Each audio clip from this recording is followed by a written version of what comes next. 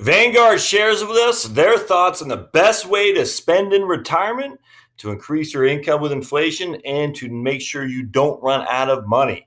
That's what we're going to talk about here today. Another Vanguard research report that I'm pretty fond of, and I think you will be too. So don't forget to subscribe, and as always, help me with a thumbs up or comment down below. That helps me with our YouTube algorithm. And the more the YouTube algorithm likes me, the more people get to watch the content. So everything you can do, if you enjoy the channel, would be helpful to me too. All right, so let's dive right into this. Another study from Vanguard. As you know, I'm a fond of Vanguard, and a lot of people are. And so comes from another subscriber to my website who has sent me this article. And this is from October 2013, which is good because the last one I just did on Vanguard was in June of 2008. So this is a little bit more recent, 5 years old. But what I like about it is it takes into account the Great Recession turmoil from October 2007 to March 9th of 2009 as well. So just Vanguard does such good studies. I tell you, I can't wait till the next one I show you here on the Vanguard 2019 Outlook. Oh, man, that report, I mean, I live by that sucker. Every year they do report the Vanguard Economic Outlook for the following year. It's just fundamentally awesome. All right, so more dynamic approach for spending for retirement and investors in retirement. Again, Colleen Giaconetti, and this is the first I heard of her, but this is the second straight time I've seen her work. So maybe I just missed her name, but good on you, Colleen. Don't know Francis Kinney or Michael DeJoseph, CFAs, and Colleen is a CPA and a CFP. And those are the three big ones. So remember, a CPA was it certified public accountant or chartered? I think it's a public accountant. I forgot what the C stands for. So it's accounting, tax stuff. A CFP is a certified financial planner, of which your old buddy Josh is. That's just for financial planning. And a CFA is a chartered financial analyst. A CFA is a chartered financial analyst, which is for investment management. So of the big three, you'd want to get the services of one of those three, depending on what you're trying to accomplish. Are you trying to accomplish tax stuff? CPA is probably your starting point. You're trying to accomplish investment strategies. CFA is probably your starting point. You're trying to accomplish overall financial planning. A CFP is probably your best. Doesn't mean a CFP can't help you with taxes or a CFP can't help you with investments. Doesn't mean a CFA can't help you with financial planning or a CPA can't help you with investments. But when it comes down to it, their bread and butter for a CPA is taxes, a CFP is financial planning, and a CFA is investments. And I would assume that you would recognize it, but that you're talking to somebody who's one or those designations that they label that is their respective area of expertise. Right. So executive summary of the many challenges investors face when deciding how to spend from their retirement savings, one of the most important is that of choosing a portfolio spending strategy that best balances investors' two competing goals. One is maintaining their desired level of current spending, and two is increasing or at least preserving their portfolios to future spending. The paper reviews two of the most common spending strategies and includes a third, a hybrid of the two others that we view as a more dynamic approach. Through a simulation analysis, we highlight the trade-offs of each of these strategies. We conclude that although adopting an appropriate strategy is important, the key ingredient in a long-term spending plan is flexibility. The more investors can tolerate some short-term fluctuations in spending, the more likely they are to achieve their long-term goals. Couldn't agree with that more. All right, so I'm going to just dive into this right here and show you I'm going to go over the three strategies. There are three different strategies. They have 10,000 Monte Carlo analyses of each. Figure 1 provides a high-level rundown of the three spending strategies. To illustrate the trade-offs of the three approaches, we simulated 10,000 potential scenarios for each, using the Vanguard Capital Markets model to estimate future returns for broad asset classes. Each scenario generated a cash flow based on the following assumptions. And here are the assumptions. Again, another 35-year time horizon. In this case, a portfolio allocation, essentially the Vanguard Moderate Life Strategy Fund, which would be 50% stocks, 50% bonds. In this case, you got 35% of the 50% stocks, U.S., 15 international, 40% of the bonds to U.S. bonds, and 10% international, and rebalanced annually. Starting balance is $1 million, and the first year spending is 4% of the portfolio, $40,000, and they are taking taxes out. All right. And that's always a bugaboo of mine. I don't blame Vanguard for that. They're saying taxes should be part of your spending needs for sure. But they're saying taxes are assumed to be paid from the withdrawal amounts. And notice they aren't taking fees either. So if we put taxes and fees on there, you get walloped quite a bit. But just for the time being, we'll use what we got here. Because I like it. It's good. This is a good model, good paper, actually. And whoever sent this to me, kudos on you, because I like this. I missed it. So I like it. All right. So the three scenarios are dollar amount grown by inflation. We calculate a dollar amount in the first year. In this case, it's $40,000, and we adjust it each year with inflation. The key characteristics of this is it ignores market performance. Don't care. We're taking 40,000 out this year. We're taking 40,000 out adjusted for inflation the next year. And if we're using a 3% inflation, let's just say 40,000 times 1.03, 41,200 the following year, and so on and so on. We don't care about the market.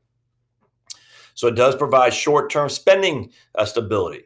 Long-term effect on the portfolio can be unpredictable because as we take increasing amounts each and every year for inflation, well, what happens if the market gets hammered like we've seen in the last 15, 20 years? So model number 2, percentage of portfolio with a ceiling and floor. And this is their dynamic approach. Withdraw a specific percentage of the portfolio each year subject to upper and lower limits based on the prior year's spending. Somewhat responsive to market performance. Spending may fluctuate in the short term, but is held within limits. If the markets decline significantly, the portfolio's principal could fall far enough to require reductions in future spending beyond the floor. And we'll dive into each of these here in just a second. And lastly, is the percentage of portfolio, the typical 4% rule. So we're going to withdraw 4% a year, highly responsive to market performance. Market's going like this. Our adjusting is going to change based on what the market did the previous year.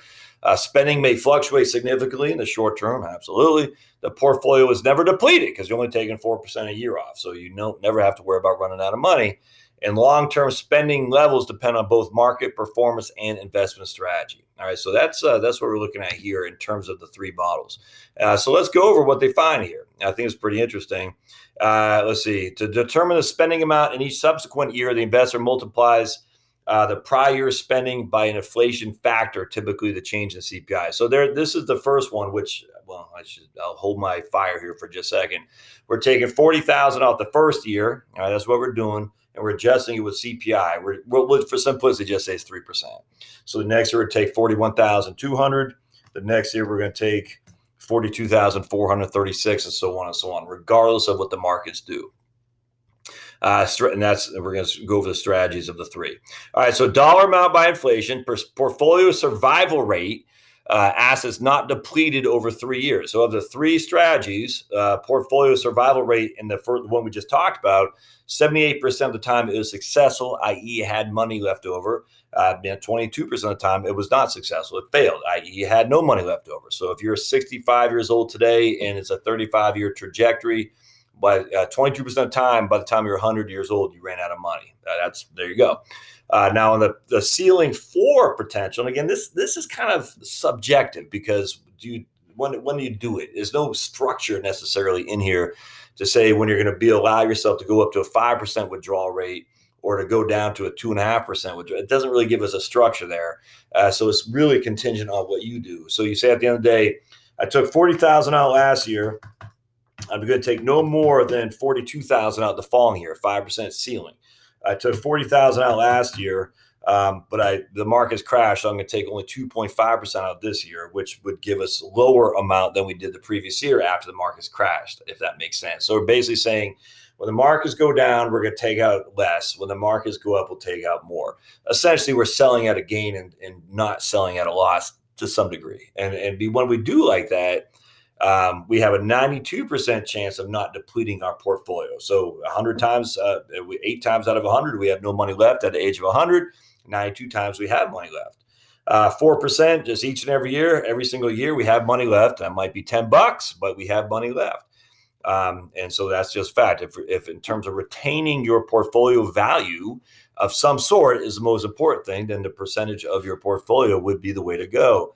Now, real inflation-adjusted ending asset balance. So let's look at the median. Again, remember, we started $1 million. So after 35 years, 50% of the time, we had over 1.153 million and 50% of the time we had lower than 1.153 million in the dollar amount by inflation. Number one strategy. In the floor and ceiling, we had about 1.068 million. And then in the percentage of portfolio, we had 1.22 million. So in this case, you're thinking to yourself, so we have a 100% chance of not running out of money because inherently we can't for only taking 4% a year out. And we have more at the end of the day as a terminal wealth. We have 1.2 million in terminal wealth than we did in the others. So far you're thinking that's the way to go, right? In fact, and even in this case, because we ran out of money in the first two scenarios, the minimum, we had zero money left at the age of 100. We ran out of money for both the ceiling and floor and the dollar growth by inflation, whereas the percentage of portfolio, the minimum we had was $43,900. Now, if you look at the 25th percentile, again, this just means 25% and less. In the first strategy, we had $102,000 or less from 0 to 25 percentage. And you can see on the second strategy, we had $449,000, 25% of the time or less. And then the third strategy, we had $700,000, 25% of the time or less. So again, that's what leads you to think percentage of portfolio is the way to go until you see this. And this is where it starts getting a little bit dicey. Real annual spending as a percentage of initial spending. So we're taking $40,000 out this year. That means the next year, if we're using a 3% inflation, we need to take 40 times 1.03, 41,200 the next year, 42,436, and so on and so on. So every single year in the strategy number one, we were able to keep up with our rate of spending, growing it with the rate of inflation, and it never dropped below, not one time. It's not the case for the other scenarios. All right. So the other scenarios you'll see, we had the 25th percentile, 66%, which is less than 100%. So 1/4 of every time of every year. So once out of every 4 years, probably a better way to say it, we had less than our initial amount if you adjust for inflation. Does that make sense? So one out of every 4 years, we had less than essentially the real $40,000 annual spending. And that's pretty significant. I mean, that means it's hard to make plans if every fourth year you're going to have less than the initial amount that you took out. And then if we go back to so far what was perceived as the best strategy, the 4% rule, basically the same thing, roughly 68%. So essentially one of every 4 years we had 68% of what we had. Give an example. So in that case, if we had 68% of our $40,000, so we had $40,000 minus 68%, that means we had our portfolio grow as low as 68. Hold on a second. I got to explain this better. My 68%. So hold on just a sec. We have 40,000 times point. All right, so we have 27,200. All right, so that means we were able to only spend the equivalent of 27,200 one out of every 4 years.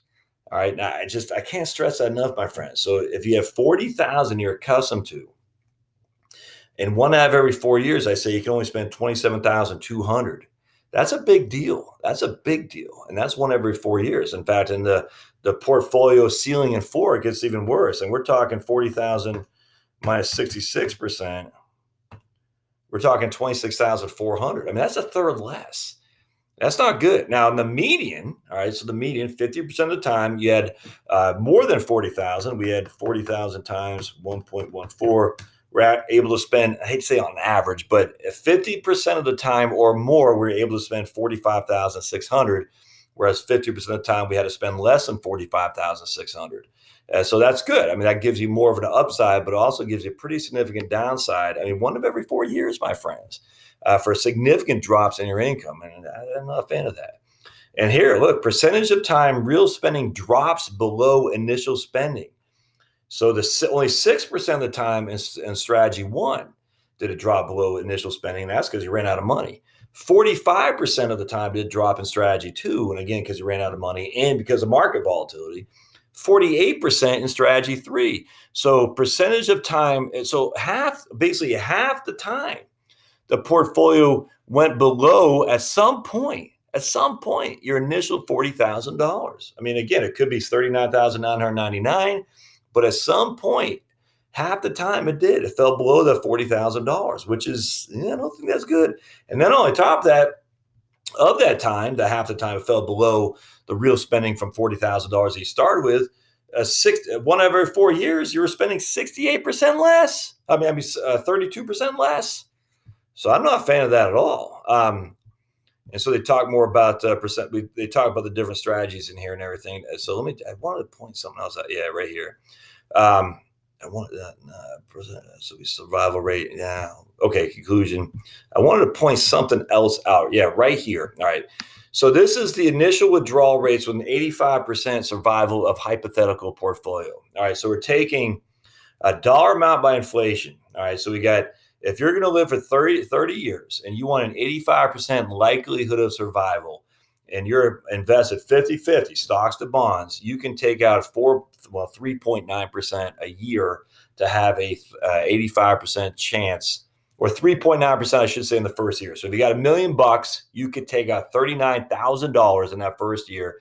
Then each and every year adjust it for whatever the rate of inflation you're using. And you're going to have an 85% chance of not running out of money. If you make it a little bit more aggressive, you go from 39,000 to 40,000 and not run out of money, other than 15% of the time. If you make it a little bit less aggressive, conservative, 20% bonds, 20% stocks, 80% bonds, you can take 35,000 out without much of a risk of running out of money, just 15 times out of 100. Now, if you do the ceiling in 4, though, and you live for 30 years, you can increase your money to 49,000 in a moderate portfolio, which means that you can take 49,000 the first year and only have an 85% success rate, that you don't run out of money. So that's pretty good. That just shows you the inflation adjusted amount on a moderate portfolio. You can take 39,000 out and have an 85% success rate. The ceiling 4, you can take 49,000 out off that million and have an 85% success rate with a moderate portfolio for 30 years.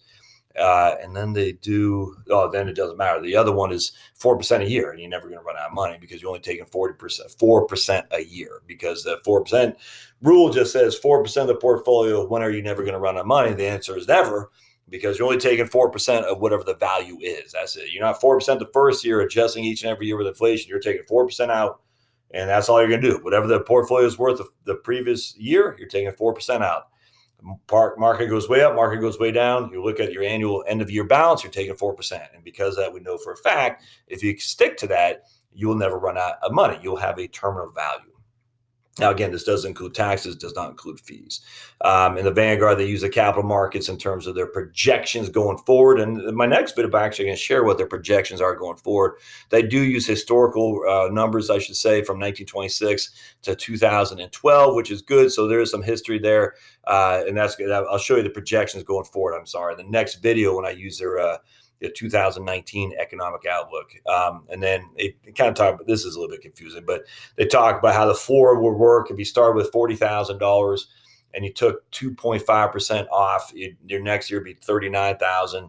Or if you took 5% ceiling, your next year spending would be 42. That's a little bit way too confusing. No one's going to do that.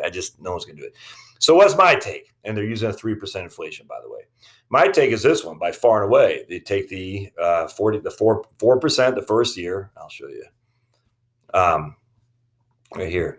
You take the 4% the first year and adjust each year with inflation, i.e. the 4% rule, without question.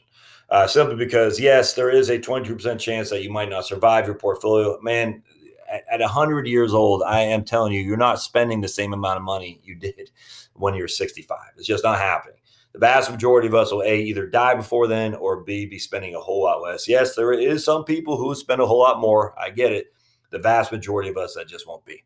And so I like this because it says I have income stability and I still have pretty significant terminal wealth here. I mean, between the three, the terminal wealth is all within spitting distance, all over the initial starting amount for sure.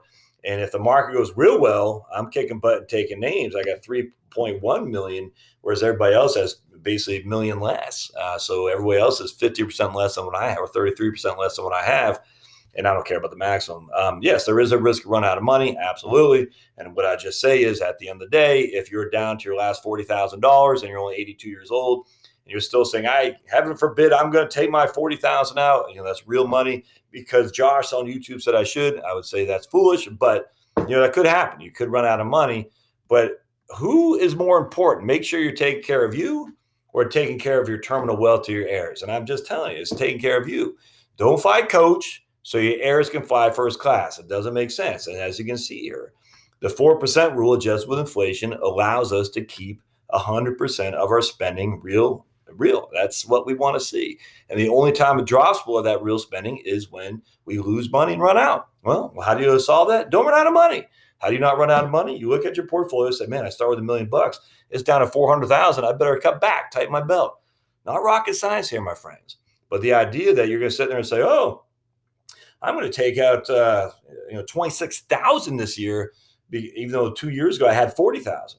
That's not going to happen. No one's going to do that. No one's going to take out 33% less once every 4 years. So of the three models, by far and away, the 4% rule, whatever the rule you want to use, but the certain amount you start with and adjust each year with inflation inherently makes sense to me. So I hope you like this, and stay tuned for the next video I do on the Vanguard Capital Markets